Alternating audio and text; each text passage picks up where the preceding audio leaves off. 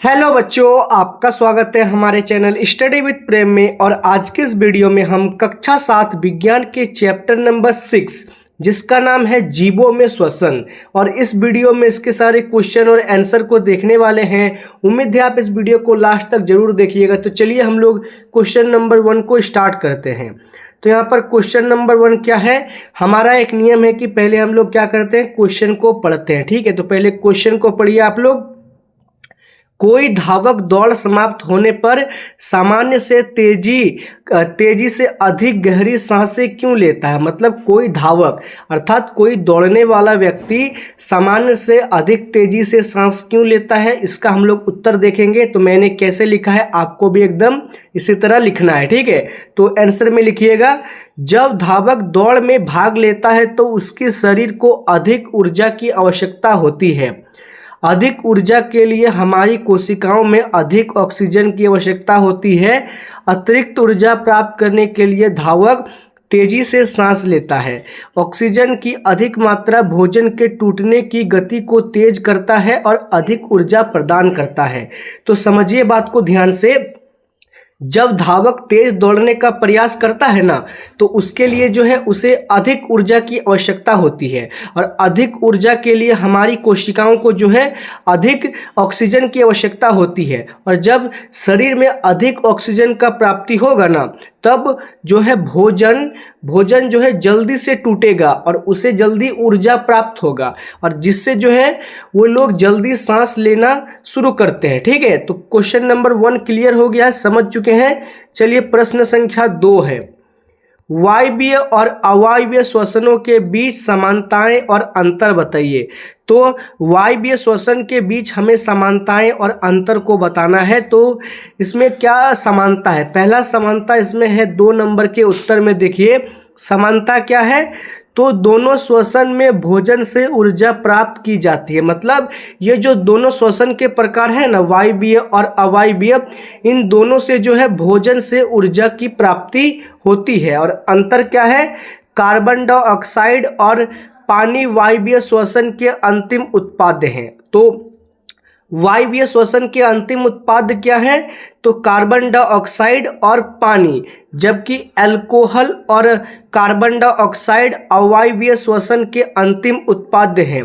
वायवीय श्वसन में अवायवीय श्वसन से अधिक ऊर्जा उत्पन्न होती है। तो इसमें मुख्य अंतर क्या था, वायवीय श्वसन में कार्बन डाइऑक्साइड और जल निकलता है, अंतिम उत्पाद होता है, जबकि अवायवीय श्वसन में अंतिम उत्पाद क्या होता है, तो अल्कोहल और कार्बन डाइऑक्साइड। और जो वायवीय श्वसन होता है ना, उसमें अवायवीय श्वसन की तुलना में अधिक ऊर्जा प्राप्त होता है। ठीक है, तो क्वेश्चन नंबर 2 भी समझ चुके हैं आप लोग। चलिए अब आगे बढ़ेंगे क्वेश्चन नंबर 3 की ओर। तो क्वेश्चन नंबर 3 है, जब हम अत्यधिक धूल भरी वायु में सांस लेते हैं तो हमें छींक क्यों आ जाती है। आप लोग नोटिस कीजिएगा, अगर आप ज़्यादा धूल वाली जगहों में सांस लेते हैं तो आपको जो है छींक आ जाती है। तो इसके पीछे क्या कारण होता है, इस कारण को हम लोग जानेंगे इस वीडियो में। तो पहला है, छींकना नाक से अवांछित धूल कणों को हटाने की एक विधि है। जब धूल के कण हमारी नाक में प्रवेश करते हैं तो मस्तिष्क में ये संदेश पहुंच जाता है। मस्तिष्क छींकने की शुरुआत करने के लिए नासिका के एक भाग को निर्देश देता है। छींकना एक प्रकार का रक्षा तंत्र है जिसका उपयोग हमारे शरीर के द्वारा किया जाता है। तो जो छींकना होता है ना, मानते हैं अगर हम लोग बहुत ज़्यादा धूल भरी जगहों में खड़े हैं, वहाँ पर हम लोग को छींक इसलिए आता है क्योंकि जब धूल के कण हमारी नाकों में प्रवेश करते हैं ना, तब हमारे मस्तिष्क यानी दिमाग को ये संदेश जाता है कि हमारे शरीर में अपशिष्ट पदार्थ अंदर आ रहे हैं। और जो मस्तिष्क है, हमारा दिमाग है, वो नाक यानी नसिका के एक भाग को संदेश देना है कि अपशिष्ट पदार्थ शरीर के अंदर जाने वाले हैं। इसलिए मानव शरीर का जो हमारा शरीर है उसकी रक्षा करने के लिए हमें छींक शुरू हो जाती है, छींक आना शुरू हो जाता है। ठीक है, तो क्वेश्चन नंबर 3 भी क्लियर हो गया है, समझ चुके हैं हमें छींक क्यों आता है अधिक धूल वाली जगहों में। फिर प्रश्न संख्या 4 नंबर देखिए, 3 परख नली लीजिए, प्रत्येक को 3/4 चौथाई भाग तक जल से भरिए। इन्हें ए, बी और सी द्वारा चिन्हित कीजिए। परखनली ए, बी में घेंघा रखिए। प्रश्नली जो ए है उसमें घेंघा रखिए। परखनली 2 में जलीय पादप रखिए और परखनली 3 में एक घेंघा और पादप दोनों रखिए। किस परखनली में कार्बन डाइऑक्साइड की सांद्रता सबसे अधिक होगी? प्रश्न को समझ गए हैं आप लोग। इसमें आपको 3 परखनली यानी कि बीकर लेना है, उसमें आपको 3/4 भाग जल भरना है और सबको ए, बी और सी के नाम से लिखना है। और तीनों में जो है पहले परखनली में आपको एक घेंघा रखना है, दूसरे प्रखनली में जलीय पादप और तीसरे प्रखनली में पादप और घेंगा को दोनों रखना है। और अब किसमें अधिक कार्बन डाइऑक्साइड निकलेगा? तो इसका उत्तर कैसे लिखा है, मैंने आपको भी ऐसे लिखना है। जीव श्वसन के दौरान CO2 छोड़ते हैं, जबकि प्रकाश संश्लेषण CO2 का उपयोग करते हैं, तो परखनली ए में कार्बन डाइऑक्साइड की उच्चतम सांद्रता होगी, क्योंकि कार्बन डाइऑक्साइड केवल घेंगे के श्वसन से आता है।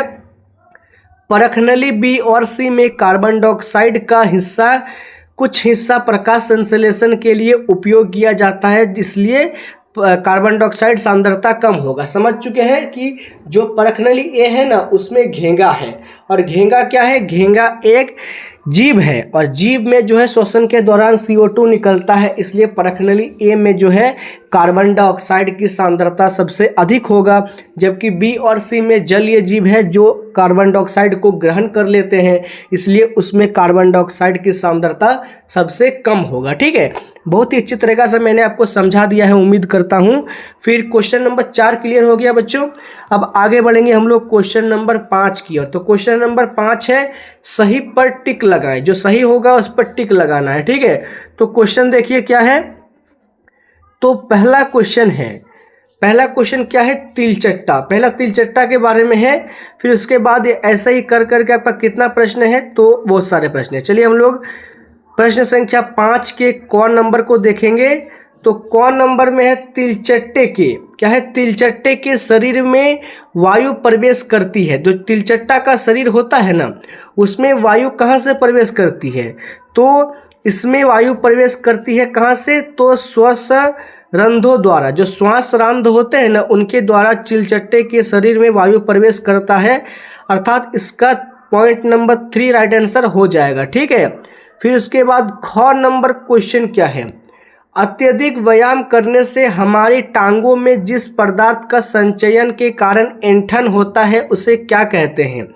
मतलब अगर हम लोग अधिक व्यायाम यानी एक्सरसाइज कर लेते हैं तो हमारी टांगों में जिस पदार्थ के संचयन के कारण ऐंठन होता है वो क्या है?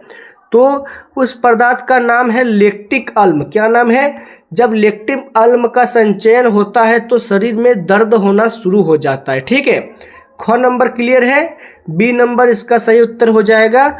फिर ग नंबर है किसी सामान्य वयस्क व्यक्ति में विश्राम अवस्था में औसत श्वसन दर कितना होता है? तो औसतन श्वसन दर उसको कहा जाता है जो विश्राम अवस्था में किसी एक व्यक्ति के द्वारा 1 मिनट में सांस लिया जाता है। ठीक है, तो ग नंबर का सही उत्तर क्या लिखेंगे हम लोग? 15 से 18 प्रति मिनट। जब कोई व्यक्ति 15 से 18 मिनट मतलब 15 से 18 बार श्वास लेता है 1 मिनट के अंदर, तो उसे जो है औसत श्वसन दर विश्राम अवस्था में माना जाता है। ठीक है, ग नंबर क्लियर हो गया है, समझ चुके हैं ग नंबर, इसका ये आंसर सही हो जाएगा। फिर उसके बाद है आपका घ नंबर। उच्छ्वासन के समय पसलियाँ, जो उच्छ्वासन होता है ना उस समय पसलियाँ कैसी होती है? तो उच्छ्वासन के जो समय पसलियाँ होती है हमारे शरीर की वो नीचे की ओर गति करती है। उच्छ्वासन में पसलियाँ कैसे गति करती है? तो नीचे की ओर गति करती है। तो घ नंबर का सही उत्तर क्या हो जाएगा? ऑप्शन नंबर बी, नीचे की ओर गति करती है। तो क्वेश्चन नंबर 5 के हम लोगों ने सारे जो छोटे छोटे MCQ टाइप क्वेश्चन थे उन सभी को हम लोगों ने देख लिया है। एक बार फिर से आप लोग टिक लगा लीजिएगा। तिलचट्टे के शरीर में जो है ना इसका क्वेश्चन आंसर हो जाएगा श्वास रंध्र। फिर ख नंबर का हो जाएगा लैक्टिक अम्ल। ग नंबर का हो जाएगा 15 से 18 प्रति मिनट। फिर इसके बाद उच्छ्वासन में आपका हो जाएगा नीचे की ओर गति करता है। तो क्वेश्चन नंबर 5 हो गया। चलिए अब आगे बढ़ेंगे हम लोग क्वेश्चन नंबर 6 की ओर। क्वेश्चन नंबर 6 में क्या है, क्वेश्चन नंबर 6 में हम लोग को मिलान करने के लिए बोल रहा है, ठीक है। तो हम लोग इसको मिलान करते हुए चलेंगे। तो कैसे मिलान करना है पता है आप लोग को, कॉलम ए में जो है कॉलम बी को मिलान करना है। तो पहला क्या है, ईस्ट है, पहला क्या है, ईस्ट है। तो जो ईस्ट है ना, ईस्ट का मिलान किस चीज़ में होगा, तो ईस्ट जो है अल्कोहल से मिलान हो जाएगा, सॉरी ईस्ट जो है किससे होगा, तो अल्कोहल से, यहाँ पर अल्कोहल है। फिर उसके बाद है डायाफ्राम। तो डायाफ्राम जो है आपका वृक्ष गुहा में, डायाफ्राम क्या हो जाएगा आपका, वृक्ष गुहा में। फिर है त्वचा। तो त्वचा से श्वसन कौन लेता है भाई, तो केचुआ लेता है। कौन लेता है त्वचा से श्वसन, तो केचुआ। फिर है पत्तियां। तो पत्तियां जो है रंध्र से, पत्तियां किससे श्वसन लेती है, तो रंध्र से। फिर उसके बाद आपका क्या है, फिर उसके बाद है आपका मछली। तो जो मछली है ना, मछली आपका श्वसन लेता है किस चीज़ से, तो मछली आपका श्वसन लेता है क्लोम से। किस चीज़ से, तो मछली लेता है क्लोम से। और मेंढक किस चीज़ से लेता है, तो मेंढक लेता है त्वचा और फेफड़े और त्वचा। तो एक बार फिर से मिलान कर लेते हैं हम लोग। तो ईस्ट का हो जाएगा अल्कोहल, डायाफ्राम का हो जाएगा वृक्ष गुहा, त्वचा का हो जाएगा केंचुआ, केंचुआ जो है त्वचा से श्वसन लेता है, पत्तियां का हो जाएगा रंध्र, और मछली का हो जाएगा क्लोम। तो हमने जो है इस प्रकार मिलान ए और बी के साथ कर लिया है, ठीक है। तो क्वेश्चन नंबर 6 भी हो गया। चलिए हम लोग देखेंगे क्वेश्चन नंबर 7। क्वेश्चन नंबर 7 में आपको ज़्यादा कुछ नहीं करना है, सही और गलत कथन का चयन करना है, ठीक है। तो चलिए देखते हैं सही और गलत कथन कौन सा है। तो पहला कथन पढ़िए आप लोग, अत्यधिक व्यायाम करते समय व्यक्ति की श्वसन दर धीमी हो जाती है। तो क्या अत्यधिक व्यायाम करने से व्यक्ति की श्वसन दर धीमी हो जाती है, तो इसका उत्तर हो जाएगा गलत, क्योंकि श्वसन दर में कोई भी धीमापन नहीं पाया जाता है, ठीक है। फिर ख नंबर क्या है, पादपों में प्रकाश संश्लेषण केवल दिन में जबकि श्वसन केवल रात्रि में होता है। तो ये कथन भी जो है बिल्कुल असत्य है, क्योंकि पादपों में जो है प्रकाश संश्लेषण दिन में और जबकि श्वसन रात में होता है, ऐसा कोई वाक्य सिद्ध नहीं है, ठीक है। तो ये आपका गलत उत्तर हो जाएगा। फिर आपका ग नंबर है, मेंढक अपनी त्वचा के अतिरिक्त अपने फेफड़े से भी श्वास ले सकता है। तो ये कथन जो है बिल्कुल सत्य है, क्योंकि ये त्वचा और फेफड़े दोनों से सांस ले सकता है। फिर आपका घ नंबर है, मछलियों में श्वसन के लिए फेफड़े होते हैं। तो क्या मछलियों में तो श्वसन के लिए फेफड़े होते हैं, तो नहीं होते, क्योंकि मछलियां जो है वो क्लोम की मदद से श्वास लेती है, ठीक है। फिर आपका 4 नंबर क्या है, अंतः श्वसन के समय वृक्ष गुहा का आयतन बढ़ जाता है। तो क्या अंतः श्वसन के समय वृक्ष गुहा का आयतन बढ़ जाता है, तो ये कथन बिल्कुल सत्य है। तो क्वेश्चन नंबर जो 7 था उसके भी सारे प्रश्नों के उत्तर को हम लोगों ने देख लिया है। फिर उसके बाद हम लोग आगे बढ़ेंगे क्वेश्चन नंबर 8 की ओर। तो क्वेश्चन नंबर 8 जो है आपको आराम से पढ़ना है, ठीक है। इन 8 नंबर क्वेश्चन को जब आप पढ़ेंगे तो आपको इसमें सारे 9 गो क्वेश्चन मिलेंगे। कितने क्वेश्चन मिलेंगे आपको, 9 क्वेश्चन मिलेंगे आपको। सारे क्वेश्चनों के जो है आपको आंसर यहाँ पर मिलेगा। तो ये जो चार्ट है ना, इसमें से आपको ऐसे करके आपको जो है आंसर को मिलान करना है, ठीक है। ऐसे जो बचपन में हम लोग करते थे ना, इस तरह आपको मिलान करना है। तो हम लोग जो है इसको नहीं करेंगे, आप लोग इसको कर लीजिएगा। मैं इसका केवल उत्तर करा देता हूं, क्योंकि इसको करने में काफ़ी ज़्यादा समय लग जाएगा, ठीक है। तो प्रश्न को आप लोग देख लीजिएगा और नीचे में उसके उत्तर को हम लोग देख लेते हैं। तो क्या होगा इसका उत्तर, तो यह है कीटों के वायु नालियाँ। तो कीटों की वायु नालियाँ क्या होती है, तो श्वास प्रणाल। तो श्वास प्रणाल कीटों की वायु नालिका होती है। देखिए श्वास प्रणाल कहाँ पर है, तो श्वास प्रणाल है आपका यहाँ पर, ठीक है। फिर उसके बाद 2 नंबर में क्या है, वक्ष गुहा को घेरे हुए हड्डियों की संरचना। तो वक्ष गुहा को घेरे हुए हड्डियों की संरचना क्या हो जाएगा आपका, तो पसलियाँ। पसलियाँ भी आप लोग यहाँ देख के मिलान कर लीजिएगा। फिर क्या है, वक्ष गुहा का पेशीय तल। तो ये हो जाएगा आपका डायाफ्राम। तो पत्तियों की सतह के सूक्ष्म छिद्र, तो ये हो जाएगा आपका रंध्र। फिर है आपका कीट के शरीर के पार्श्व भागों के छिद्र, छोटे छिद्र, तो ये आपका हो जाएगा श्वास रंध्र। फिर 6 नंबर में है मनुष्यों के श्वास अंग, तो मनुष्यों के श्वास अंग क्या होते हैं, तो फेफड़े हो जाते हैं। फिर आपका 7 नंबर पॉइंट में क्या है, वे छिद्र जिनसे हम शरीर सांस भीतर लेते हैं अंतः श्वसन करते हैं क्या कहलाते हैं, तो उनको कहते हैं नासाद्वार। फिर 8 नंबर में है एक अवायवीय जीव, तो इष्ट हो जाएगा। फिर 9 नंबर में है श्वास प्रणाल तंत्र वाला एक जीव, तो तिलचट्टा। तो इसके सारे आंसरों को हम लोगों ने देख लिया है, आपको भी ऐसे ही मिलान कर करके जो है सारे आंसरों को लिखना है, ठीक है। क्वेश्चन नंबर 8 उम्मीद है आप लोग समझ चुके हैं। अब आगे बढ़ेंगे क्वेश्चन नंबर 9 की ओर।